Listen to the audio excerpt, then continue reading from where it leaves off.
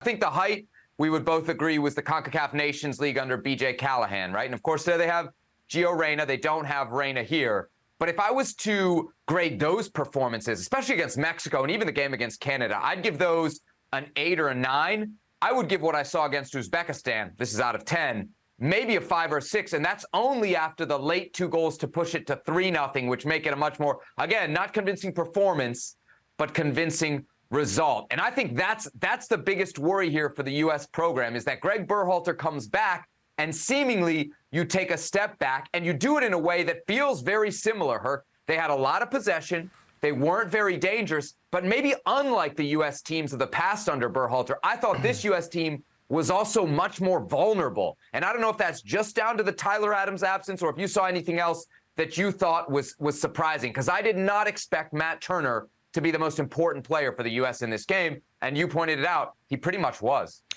He very much was. It wasn't convincing. It was a step back. A lot of alarming performances by certain players. He mentioned the energy level, the lack of, I guess, urgency. This team has become predictable. It's a predictable team with Greg Berhalter and how they play, because when there's a low block in front of them, they can't play when that transition speed. They can't play to get behind teams. They have to possess the ball. They lack creativity in the final third. Very much so played into the hands of Uzbekistan. Uzbekistan, who showed you why they're the 74th ranked team in the world. Better teams will punish you for these mistakes that you made, for these gifts that you gave them. You just mentioned the individual performances. This is something that you also tweeted about during the game. You said there were some, quote, alarming individual performances. You want to go over a few of those? Sure. Like I said before the game, Tim Ream, this was a big game for him because he is 35, 36 years old, and most likely will not be there at 39 years old in the World Cup, 38 turning 39 in the 2026 World Cup. And at some point, he's going to show you how old he is. He's going to show you his rust. This was probably that game in his hometown. And you saw some situations where he was left in a 1v1 position, and no center back wants to be left 1v1, but certainly a player that their forte is not the fitness or speed. And then I was very surprised to see him getting his pocket picked in a few plays. And then we can go to Serginho Dest. And Serginho Dest, you may ask, whoa, he wasn't that bad. Serginho Dest is on a team that had 70% possession, and we rarely saw him. He's there because of what he does when he has the ball at his feet. And it almost looked at times like he didn't know where to go because Timothy Weah was already in those positions, staying high and wide.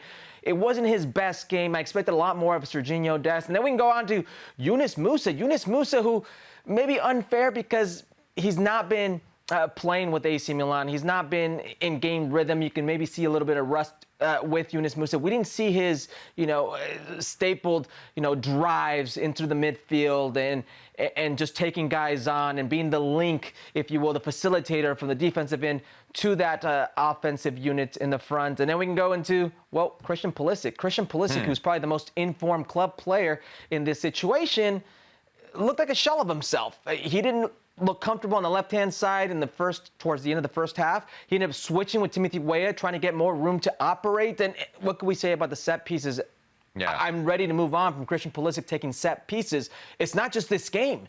It's been since Christian Pulisic started taking set pieces with the U.S. men's national team that there's more bad set pieces than good. So I'm ready to move on from that. I think he could be of service elsewhere for you.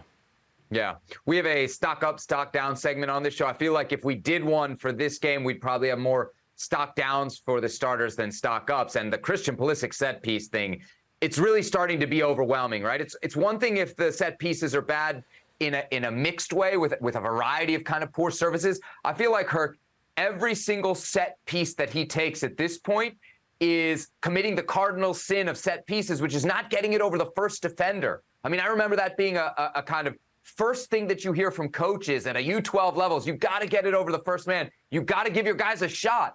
And on U.S. set pieces, which used to be such a strength for this program, it doesn't really feel like guys are even getting a shot when Christian Pulisic is the player standing over it. Well, thank you very much for watching ESPN on YouTube. For more sports highlights and analysis, be sure to download the ESPN app. And for live streaming, premium content, and let's not forget as well, ESPN FC 7 days a week. Subscribe to ESPN+.